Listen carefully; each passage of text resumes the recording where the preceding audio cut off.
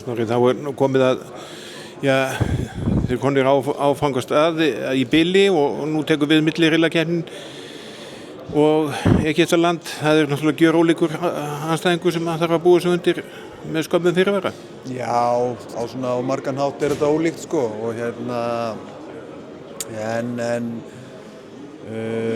mér finnst mjög mikilvægt að svona hvort sem við séum spila á móti Slóvenum eða Egyptum að svona okkar identity sem við sáum held ég vel í gær, sérstaklega varnarlega,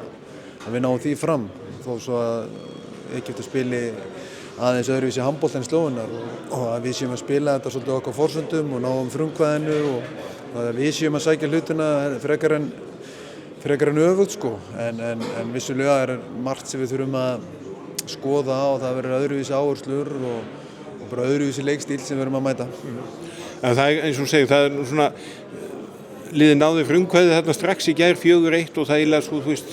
þið gefið það aldrei eftir og það kannski það samlærdómur sem menn þurfa líka kannski að draga inn með sín í næsta leik. Bara engin spurning og við höfum svo sem hamrað á þessu líka, bara að bara halda áfram. Það bara ekki, þú getur ekki leyft neitt um leið og slakar á eða leiðir eitthvað, heldur þú getur leyftir eitthvað, þá eitthvað þarna til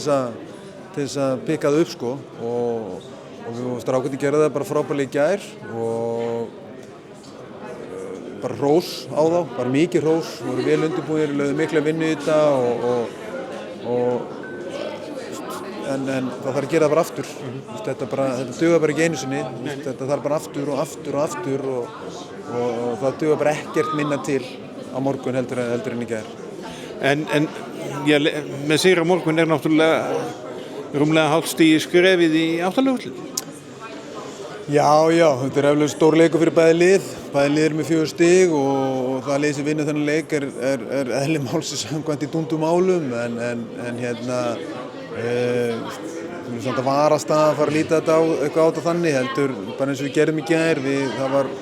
var mjög mikil einbeiting bara á okkar leik og hvað við ætlum að gera og hvað þetta snerist fyrir okkur og ég held að það sé bara saman upp á teiningum á morgun.